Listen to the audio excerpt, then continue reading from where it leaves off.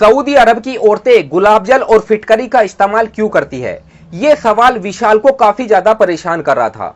एक दिन विशाल की मालकिन बोलती है कि आप मार्केट जाइए और मेरे लिए गुलाब जल और फिटकरी लेकर आइए, लेकिन ये बात आप अपने मालिक को बिल्कुल भी नहीं बताइएगा। जब विशाल ने यह बात सुनी कि यह बात मालिक को नहीं बतानी है, तो उसका दिमाग और भी ज्यादा परेशान हो चुका था कि आखिर सऊदी अरब की औरतें गुलाब जल और फिटकरी का इस्तेमाल रात में ही क्यों करती हैं। जी हां दोस्तों, विशाल जो है भारत का रहने वाला था और सऊदी अरब में एक औरत के पास ड्राइवरी का काम किया करता था। वहां पर ड्राइवरी की नौकरी किया करता था। जिस औरत के पास विशाल रहता था वो औरत देखने में काफी ज्यादा सुंदर थी, सुशील थी। विशाल मन ही मन उसको अंदर से चाहने लगा था। लेकिन उसके बाद क्या हुआ और फिटकरी और गुलाब जल का राज क्या है? क्यों वहां की औरतें फिटकरी और गुलाब जल का इस्तेमाल रात में ही क्यों करती है? ये एक राज की बात है। इस वीडियो में मैं आप लोगों को पूरी बताने वाला हूं। जब आप भी इसके बारे में सुनोगे तो वाकई आप भी दंग रह जाओगे। जी हां दोस्तों, ये एक राज की बात है। इसीलिए दोस्तों इस वीडियो में 10 मिनट के लिए आप मेरे साथ बने रहिएगा। स्वागत है आपका हमारे यूट्यूब चैनल दास्तान सफर में। दोस्तों मेरी आप लोगों से रिक्वेस्ट है कि इस वीडियो को पूरा जरूर देखेगा और हमारे चैनल को सब्सक्राइब करना बिल्कुल नहीं भूलिएगा। और कमेंट में आप अपना नाम जरूर लिखें ताकि अगली वीडियो में आपका नाम हम बोलेंगे।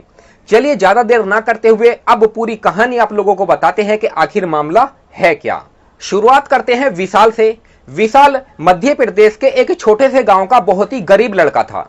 वो अपने घर की जिम्मेदारियों को अच्छे से नहीं निभा पा रहा था। वो एक ड्राइवरी का काम किया करता था, गाड़ी चलाता था। वहां पर उसको ज्यादा आमदनी नहीं हो पाती थी, जिस वजह से उसके घर के खर्च में भी लाले पड़े होते थे। लेकिन उसका एक दोस्त सऊदी अरब में रहता था, जो सऊदी अरब में रहकर अच्छा पैसा अपने घर भेजता था। विशाल ने उससे एक बार बात की और वो उससे ये कहने लगा कि मेरा पासपोर्ट बना हुआ है, मेरे पास जो है वो ड्राइवरी लाइसेंस भी है और मैं ड्राइवरी का काम जानता हूं। आप मेरे लिए सऊदी अरब में ड्राइवरी का काम देख लीजिए। विशाल के दोस्त ने ये बात दिल पे ले ली और वो सऊदी अरब में वीजा की तलाश करने लगा। और कुछ ही दिनों के बाद उसकी तलाश भी खत्म हो गई। उसको एक ड्राइवरी की वीजा मिल चुकी थी। उसने विशाल को फोन करके कहा कि मुझे एक ड्राइवरी की वीजा मिल चुकी है, आप अपना सामान पैक कीजिएगा, मैं यहां से वीजा भेज रहा हूं, अपना टिकट करा के तुरंत ही सऊदी अरब आ जाइएगा।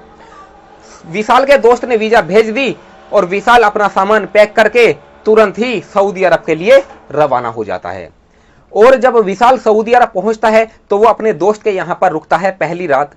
उसका दोस्त कहता है कि हम सुबह चलेंगे, एक जगह तेरे लिए जॉब है, एक मालकिन को ड्राइवर की तलाश है, वहां पर जाके मैं तेरी बात करवा दूंगा और वहां पर आप लग जाइएगा, सैलरी भी आपको अच्छी खासी मिल जाएगी।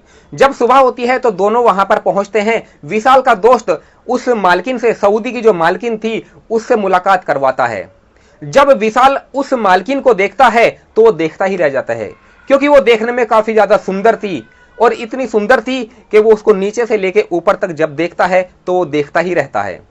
विशाल का दोस्त कहता है कि यहां पर आपको नौकरी करनी है और आपको इतनी सैलरी मिलेगी। और वो जो मालकिन थी वो भी विशाल को देख के खुश हो जाती है। जब विशाल को वो देखती है तो विशाल भी एक 28-29 साल का नौजवान लड़का था।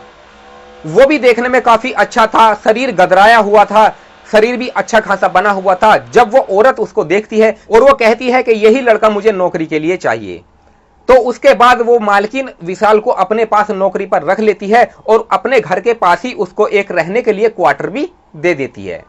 विशाल अपने क्वार्टर में रहता है और वो उसको बोलती है कि जब भी मैं आपको बोलूं कि मुझे शॉपिंग करने जाना है या कहीं घूमने जाना है या कुछ भी, एनीवे कुछ भी कहीं पर भी जाना है, तो आपको मुझे लेकर चलना है। गाड़ी की चाबी उसको दे देती है। गाड़ी भी पार्किंग में वहीं पर पास में ही खड़ी होती है। अब इसी तरह से धीरे धीरे दिन गुजरने लगते हैं। विशाल की आंखों में उस औरत के लिए प्यार था, क्योंकि वो औरत देखने में इतनी खूबसूरत थी। जब विशाल वहां पर नौकरी करने के लिए आया था तो वो पहले से ही पहली नजर में उसको पसंद करने लगा था, उसको प्यार करने लगा था। लेकिन कहने से डरता था, क्योंकि वो जानता था कि सऊदी अरब का जो कानून है वो इतना सख्त है कि अगर यहां पर भी जरा सी गलती अगर की गई तो उसकी बड़ी से बड़ी सजा मिल सकती है। यहां पर अगर किसी का मर्डर हुआ तो मर्डर के बदले मौत मिलती है। यहां पर अगर किसी को गलत नजर से देखा तो उसकी भी बड़ी से बड़ी सजा मिलती है। इसीलिए वो उस औरत से अपने दिल की बात कहने से डरता था। अब एक दिन औरत जो उसकी विशाल की मालकिन थी वो उससे बोलती है कि आज मेरे पति हस्बैंड आने वाले हैं, आपको मेरे साथ एयरपोर्ट पर चलना है। विशाल कहता है कि चलिए मैडम, कितने बजे चलना है आप मुझे बता दीजिएगा, 1 घंटा पहले मैं तैयार हो जाऊंगा। तो विशाल अपनी मालकिन को लेकर एयरपोर्ट पर जाता है। एयरपोर्ट पर जाने के बाद जब उसका मालकिन का उसका पति आता है, विशाल उस आदमी को देखता है तो देखता ही रह जाता है। वो मन ही मन ये सोचने लगता है कि एक 28-29 साल की औरत जो देखने में काफी सुंदर है, काफी खूबसूरत है, उसका पति 60 साल का कैसे हो सकता है, जबकि वो उसके मुकाबले 1% भी नहीं था। जी हाँ दोस्तों, उसका पति 60 साल का था, देखने में काला था और देखने में बिल्कुल भी अच्छा नहीं लगता था। विशाल मन ही मन सोच रहा था कि कहीं ना कहीं इस औरत की मजबूरी तो होगी, कहीं ना कहीं किसी कोई तो वजह होगी जिस वजह से इस औरत ने इतने 60 साल वाली उम्र से शादी की। अब वो आदमी अपनी बीवी के साथ गाड़ी में बैठ जाता है और उसकी बीवी विशाल से कहती है कि आप गाड़ी घर के लिए रवाना कर दीजिए। वो आदमी गाड़ी में बैठा बैठा अपनी बीवी को बाहों में भर लेता है, उसके हाथों में हाथ डाल लेता है। विशाल ये सब शीशे में देख रहा था। वो आदमी अपनी बीवी से कहता है कि डार्लिंग, इस बार मुझे आने में काफी देर हो गई क्योंकि काम ज्यादा था। जब विशाल ये बातें सुन रहा था तो उसको मन ही मन काफी गुस्सा आ रहा था कि आखिर 60 साल का उम्र का आदमी अपने से कम उम्र की औरत से कैसे शादी कर सकता है। कहीं ना कहीं कुछ तो वजह रही होगी। विशाल को यह देखकर काफी गुस्सा भी आ रहा था क्योंकि वो दोनों उसकी बिल्कुल भी शर्म नहीं कर रहे थे। हालांकि विशाल जो था वो उनका नौकर था और वो दोनों नौकर की भी शर्म नहीं कर रहे थे। अब विशाल के मन में ये काफी सारे सवाल आ रहे थे क्योंकि विशाल पहले से ही उस औरत को चाहने लगा था, तो वो उसको ये बातें बिल्कुल भी बर्दाश्त नहीं हो रही थी कि जो आदमी 60 साल वाला बूढ़ा आदमी उसके साथ हरकत कर रहा था। अब कुछ देर के बाद घर आ जाता है। घर आने के बाद वो औरत बोलती है, विशाल की मालकिन बोलती है कि आप अपने क्वार्टर में जाके आराम कीजिए। अब विशाल जो है वो चला जाता है, रात हो जाती है। विशाल को नींद नहीं आती है। वो मन ही मन सोच रहा था कि आखिर जो औरत इतनी अच्छी औरत है, इतनी सुंदर औरत है, 28-29 साल की औरत है और अपने से डबल वाले उम्र वाले दराज वाले आदमी के साथ वो अपनी जिंदगी गुजर बसर कैसे कर रही है। विशाल के मन में ये काफी सारे सवाल आ रहे थे। उसको नींद भी नहीं आ रही थी। वो करवटें ले लेकर परेशान था क्योंकि वो मन ही मन उसको चाहता था। लेकिन जैसे तैसे करके जब सुबह हुई तो विशाल जो है तैयार होके घर की तरफ जाता है। जैसे ही घर के दरवाजे पर पहुंचता है तो सामने ही वो आदमी और उसकी बीवी बैठे हुए थे। वो आदमी अपनी बीवी को बाहों में भर के बैठा हुआ था और उससे प्यार भरी बातें कर रहा था। जब विशाल जैसे ही जाता है तो उन दोनों को देखकर रुक जाता है और थोड़ा सा खांसने की कोशिश करता है। तो जब वो खांसता है तो जो औरत थी, जो विशाल की मालकिन थी, वो अपने आदमी से हट के थोड़ा दूर बैठ जाती है और वो कहती है कि आप थोड़ा शर्म कीजिए, नौकरों के सामने तो कम से कम शर्म कीजिए। वो आदमी कहता है कि कोई बात नहीं डार्लिंग, नौकर भी तो हमारे ही हैं, अगर नौकर देख लेंगे तो क्या हुआ, ये कहीं बाहर जाके ढिंडोरा तो नहीं पीट रहे। तो वो औरत, विशाल की जो मालकिन थी, वो औरत कहती है कि कुछ भी है लेकिन जो बाहर का आदमी है गैर आदमी तो है ही। वो आदमी कहता है कि चलिए कोई बात नहीं। तो विशाल वहां पर जाके कहता है कि मालकिन, आज आपको कहीं जाना हो तो मुझे बता दीजिए। तो तुरंत ही उसका आदमी, उसका हस्बैंड कहता है कि आज तुम्हारी मालकिन को कहीं पर भी नहीं जाना है, आज आपकी छुट्टी है। अगर आपको कहीं घूमने जाना है या कहीं भी जाना है तो आप जा सकते हैं, आपकी आज छुट्टी है। विशाल ये बात सुनकर अपने क्वार्टर में चला जाता है। अब विशाल अपने मन में तरह तरह के सवाल सोचने लगता है। वो सोचता है कि आज उस आदमी के साथ वो औरत रहेगी, कैसे उसके साथ वो रात गुजारेगी, क्या क्या वो उसके साथ करेगा। बड़े सारे सवाल विशाल के मन में आ रहे थे।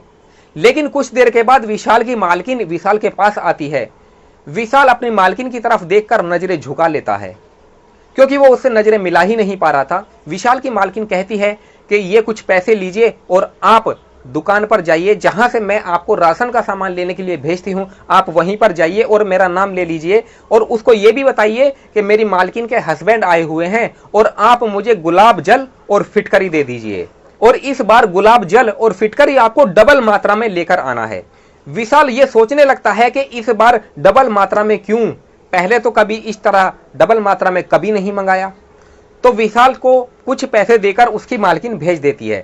विशाल उस किराना स्टोर पर जाता है और वो उस किराना स्टोर वाले आदमी से कहता है कि आप मुझे ये पैसे लीजिए और फिटकरी और गुलाब जल दे दीजिए, वो भी डबल मात्रा में। वो दुकानदार विशाल को देखकर हंसने लगता है और वो उसको हंसते हुए गुलाब जल और फिटकरी दे देता है। विशाल के मन में यह सवाल था कि आखिर ये औरतें गुलाब जल और फिटकरी का करती क्या है, और इस बार मेरी मालकिन ने डबल मात्रा में मुझसे गुलाब जल और फिटकरी मंगाई है। वो उस आदमी से पूछने की कोशिश करता है तो वो आदमी, दुकानदार जो आदमी था, वो विशाल को मना कर देता है कि ये आपके काम की बात नहीं है, ये एक राज की बात है, आप ये लीजिए और चलिए। तो विशाल वहां से चला जाता है और अपनी मालकिन को फिटकरी और गुलाब जल ले जाकर दे देता है। अब विशाल सोचने लगता है कि इस बारे में मैं किससे पता करूं कि आखिर ये औरतें गुलाब जल और फिटकरी का करती क्या है। वहां पर कुछ लोग काम कर रहे थे, तो विशाल ने उन लोगों से जाकर पूछा कि सऊदी अरब की औरतें गुलाब जल और फिटकरी का आखिर करती क्या हैं। तो वो लोग भी उसको हंस के जवाब देने लगे कि बेटा ये आपके काम की बात नहीं है, ये एक राज की बात है और ये बात आपको पूरे सऊदी अरब में कोई भी नहीं बताएगा, और आगे से ये बात आप पूछने की कोशिश ही मत कीजिएगा, नहीं तो आप हो सकता है मुश्किल में भी पड़ जाएं। लेकिन विशाल के मन में बार बार यह सवाल आ रहा था कि एक छोटी सी बात को पूछने के लिए इतना बड़ा बवाल हो सकता है, तो आखिर इसमें कुछ ना कुछ राज होगा जरूर। अब दोस्तों इसी तरह से एक हफ्ता गुजर जाता है। अब जो उसकी मालकिन थी, उसका हस्बैंड जब उसके घर आया हुआ था, अब वो जाने की तैयारी करने लगता है। वो अपनी बीवी से कहता है कि डार्लिंग अब मेरा जाने का समय हो चुका है, क्योंकि काम मेरे पास काफी ज्यादा है। उसकी बीवी कहती है कि ठीक है, आप अपने काम पर चले जाइए, कोई दिक्कत परेशानी नहीं है। विशाल अपनी मालकिन के हस्बैंड को एयरपोर्ट पर छोड़कर आ जाता है, उसके साथ उसकी मालकिन भी जाती है। अब जब उसकी मालकिन वापस वो दोनों लौट रहे थे, तो विशाल के मन में ये सवाल जरूर उठ रहा था कि कहीं ना कहीं इसके बारे में मैं अपनी मालकिन से जरूर पूछूंगा। तो वो अपनी मालकिन से पूछता है कि मालकिन मुझे आपसे एक बात पूछनी है, अगर आपको बुरा ना लगे तो। वो कहती है कि हाँ विशाल पूछिए, क्या बात है, मुझे कोई बुरा नहीं लगेगा। वो कहता है कि एक बात आप मुझे बताइए, आप तो 28 और 29 साल की एक नौजवान औरत हो, लेकिन आपका जो पति है वो 60 साल का बूढ़ा इंसान है। आखिर क्या वजह थी जो आपको इस आदमी से शादी करनी पड़ी। उसकी मालकिन को यह बात सुनकर गुस्सा आ जाता है और वो कहती है कि विशाल आप अपनी हद में रहिए, ये बात पूछने की आपकी हिम्मत कैसे हुई, मैं तो आपको ऐसा इंसान नहीं समझती थी, लेकिन आपने ये बात कैसे पूछी। वो उसको डांटने लगती है, फटकारने लगती है। वो कहती है कि आप एक नौकर हैं और नौकर की हद में रहिए, मेरी बराबरी मत कीजिए। विशाल कहता है कि मैडम मेरे से अगर कुछ गलती हुई तो मुझे माफ कर दीजिए, मैंने तो सिर्फ इतना ही पूछा कि ये जो आपका हस्बैंड है ये इतना बूढ़ा इंसान है, आखिर क्या वजह रही थी कि ये आपने इनसे शादी की। तो वो औरत जो है वहां पर गुस्सा होकर उसको कुछ भी नहीं बताती है, बल्कि विशाल को ही डांटने लगती है और विशाल को उसकी औकात भी दिखा देती है। अब कुछ देर के बाद वो दोनों घर पहुंच जाते हैं। विशाल अपने क्वार्टर पहुंच जाता है। विशाल अपने क्वार्टर पहुंचने के बाद उसको रात में नींद भी नहीं आ रही थी। वो यही सोच रहा था कि मेरी मालकिन ने आज तक कभी मुझे नहीं डांटा, जबकि वो भी मुझे देख के हंसती थी, मुस्कुराती थी, लेकिन आज एक छोटी सी बात पूछने के ऊपर उन्होंने मुझे इतना बड़ा जवाब दे दिया, आखिर कुछ तो राज है। इसी तरीके से दोस्तों धीरे धीरे कुछ दिन गुजर जाते हैं। अब एक दिन उसकी मालकिन विशाल के पास आती है और कहती है कि विशाल मुझे शॉपिंग करने जाना है। वो कहता है कि चलिए मैडम, जहां पर भी आप जाना है, मैं तो आपका नौकर हूं और आप जहां बोलोगे मैं आपको लेकर चलूंगा। विशाल की मालकिन जो है उसको एक फास्ट फूड वाले एक कैफे में लेकर चली जाती है और वहां पर उसको नाश्ता भी करवाती है और शॉपिंग मॉल में भी लेके जाती है। और वो औरत विशाल की मालकिन वहां पर कपड़े खरीदती है और विशाल से पूछती है कि ये कपड़े मेरे पर कैसे लगेंगे। विशाल कहता है कि मैडम आपको पहनने हैं कपड़े, आप जैसे भी आपको पसंद आए आप ले लीजिए। अब वो औरत वहां से कपड़े खरीद कर आती है और गाड़ी में बैठ जाती है, लेकिन वो अगली सीट पर बैठती है, फ्रंट वाली सीट पर विशाल के साथ बैठ जाती है। अब विशाल गाड़ी चलाने लगता है और वो औरत विशाल की मालकिन उससे कहती है कि विशाल आपने कुछ दिन पहले मुझसे एक सवाल किया था, आज मुझे अच्छा लगा और मैंने सोचा कि ये सवाल का जवाब आपको दिया जाए, क्योंकि मैं भी काफी ज्यादा परेशान हो चुकी थी कि आखिर किसी ने मुझसे ये सवाल पूछा और मैंने उसको डांट दिया, लेकिन आज मैं उस सवाल का आपके जवाब जरूर दूंगी। उसने कहा कि मेरी भी एक बहुत बड़ी मजबूरी थी उस आदमी से शादी करना, मैं नहीं चाहती थी कि मैं भी उससे शादी करूं, लेकिन मेरी कुछ मजबूरी थी। बचपन में मेरे माँ बाप मुझे कहीं छोड़कर चले गए थे और मुझे एक अंग्रेज औरत ने पाला था और वो अंग्रेज औरत मुझे इस तरह से पाल रही थी, वो चाहती थी कि वो मुझे जल्दी से जल्दी जवान करना, इसलिए वो अच्छा खिलाती थी, अच्छे कपड़े देती थी, हर तरीके से मेरा ख्याल रखती थी ताकि मैं जल्द से जल्द जवान हो जाऊं। और जब मैं 14-15 साल की जवान हो चुकी थी तो वो औरत, अंग्रेज औरत, मुझे धंधे में डालना चाहती थी, वैश्या वाले धंधे में डालना चाहती थी और मुझसे धंधा करा के वो पैसा कमाना चाहती थी। और वो औरत एक दिन मुझे कोठे पर लेके गई और उसने मुझे एक औरत को बेच दिया, कुछ पैसे, चंद पैसे में उसने मुझे बेच दिया। वहां पर बड़े सारे लोग आते और मेरे जिस्म से खेलते, मुझे परेशान करते, मुझे मारते। मैं परेशान आ चुकी थी, मैं सोचती थी कि इस दलदल से अब कैसे बचा जाए। लेकिन एक दिन जो तुम्हारे मालिक हैं, जो मेरे हस्बैंड हैं, एक दिन आए और मेरे कमरे में जैसे ही वो आए तो मेरे शरीर से वो खेलने की कोशिश कर रहे थे, मेरी इज्जत आबरू लूटने की कोशिश कर रहे थे। मैंने उनसे कहा, मैं उनके सामने रोने लगी, हाथ पैर जोड़ने लगी। मैंने उनसे कहा कि आप अगर ये चाहते हैं, मेरे साथ गलत काम करना चाहते हैं तो तरीके से कीजिए, आप मेरे से शादी कर लीजिए और इस दलदल से मुझे निकाल लीजिए। मैं वादा करती हूं कि मैं आपको कभी भी धोखा नहीं दूंगी, जैसा आप बोलोगे मैं वैसा करूंगी, लेकिन इस दलदल से मुझे आप बाहर निकाल दीजिए, आप मुझसे शादी कर लीजिए। जबकि वो आदमी पहले से ही शादीशुदा था, लेकिन फिर भी वो विशाल की मालकिन कहती है कि आप मुझे इस दलदल से निकाल सकते हैं।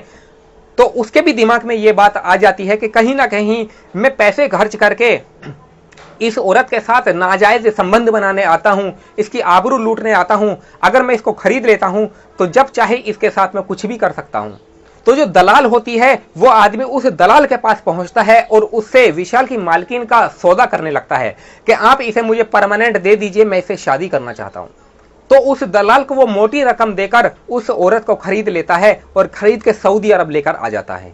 जैसा कि मैंने आप लोगों को पहले बताया कि वो आदमी पहले से ही शादीशुदा था, इसीलिए उसने अपनी पहली बीवी से कहा था कि मैं 22 दिन आपके साथ रहूंगा और 8 दिन मैं दूसरी जगह अपने काम पर रहूंगा। उसने अपनी पहली बीवी से यह नहीं बताया था कि मैं दूसरी शादी मैंने कर ली है, लेकिन उसने उस औरत से बता दिया था कि मेरी पहली शादी है, इसीलिए मैं 8 दिन ही आपको, महीने में 8 दिन आपको दे सकता हूं। वो औरत जानती थी कि इस दलदल से निकलने का सिर्फ यही एक तरीका है। वो उसकी सारी शर्तें मान जाती है और वो उससे वादा भी करती है कि मैं आपको कभी भी धोखा नहीं दूंगी, चाहे मुझे जिस्मानी सुख मिले या ना मिले, लेकिन फिर भी मैं आपको कभी भी धोखा नहीं दूंगी। वो वादा करके उसको सऊदी अरब लेकर आ जाता है। धीरे धीरे समय गुजरता है, उस औरत को एक ड्राइवर की तलाश होती है और जैसे जैसे मैंने आप लोगों को ये कहानी पहले बता दी कि विशाल जो है उसकी जिंदगी में आ जाता है ड्राइवर बनके। अब विशाल की समझ में ये तो आ गया था कि इस औरत की ये मजबूरी थी कि जिस वजह से इसने इससे शादी की थी। विशाल को ये तो समझ में आ गया था, लेकिन उसके दिमाग में एक सवाल और चल रहा था, फिटकरी और गुलाब जल का। अब वो अपनी मालकिन से इस सवाल का जवाब भी पाने के लिए बेचैन था, तो वो ठान चुका था कि मैं भी इस सवाल का जवाब जरूर पाकर रहूंगा, चाहे मेरी मालकिन नाराज हो या मुझे नौकरी से निकाल दे, मुझे इस बात का कोई फर्क नहीं पड़ता है, लेकिन फिर भी मैं आज इस सवाल का जवाब जरूर लेकर रहूंगा। तो वो अपनी मालकिन से पूछता है कि मालकिन, मुझे आपसे एक सवाल और पूछना है, आपने मुझे इस सवाल का जवाब तो दे दिया, लेकिन अभी भी मेरे इस दिमाग में एक सवाल अभी भी चल रहा है जिसका जवाब मुझे अभी तक नहीं मिला। उसकी मालकिन कहती है कि पूछिए, आज मैं इसका जवाब भी आपको दूंगी। वो कहता है कि कई बार आपने मुझे दुकान पर भेजा फिटकरी और गुलाब जल लेने के लिए, लेकिन जब जब आपके हस्बैंड आपके पास आते हैं तब तब आपने मुझे डबल मात्रा में इसका लेने के लिए भेजा, लेकिन आखिर इसकी वजह क्या है और इसको आप रात में ही क्यों इस्तेमाल करती हैं? दोस्तों, उस औरत ने विशाल को सारी बात बताई। उस औरत ने बताया कि जो सऊदी अरब की औरतें इतनी खूबसूरत होती हैं, सिर्फ गुलाब जल और फिटकरी की ही वजह है जो इतनी सुंदर होती हैं। उनके गाल पे, उनके मुंह पे एक भी दाग धब्बा नहीं होता है, उनके जो गाल होते हैं वो भी गुलाबी होते हैं, सिर्फ गुलाब जल और फिटकरी की ही बदौलत। विशाल पूछने लगा, ये कैसे? तो उसने बताया कि जब मैंने आपको गुलाब जल और फिटकरी लाने के लिए कहा तो मैं गुलाब जल और फिटकरी को मिक्स करके एक जगह उसका पेस्ट बना लेती हूं और पेस्ट बना के रात में या और सुबह को अपने चेहरे पर लगाती हूं। मैं नहीं, सऊदी अरब की हर एक औरत फिटकरी और गुलाब जल को मिक्स करके उसका पेस्ट बना के अपने चेहरे पर लगाती हैं, जिस वजह से उनके चेहरे पर ग्लो आती है, उनका चेहरा देखने में अच्छा होता है, चेहरे पर लाली आती है और देखने में इतनी सुंदर और इतनी खूबसूरत होती है। यही वजह है कि सऊदी अरब की औरतें इसी वजह से सुंदर होती है। अब विशाल के मन में जो है ये सवाल काफी दिनों से चल रहा था, अब वो भी शांत हो चुका था।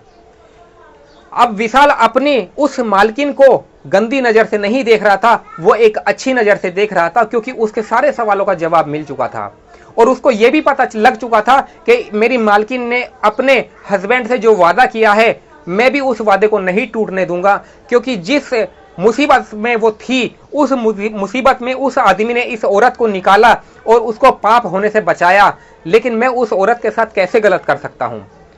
वो विशाल की मालकिन कहती है विशाल से कि विशाल, मैं जानती हूं कि शुरुआत से ही आप मुझे पसंद करते हो।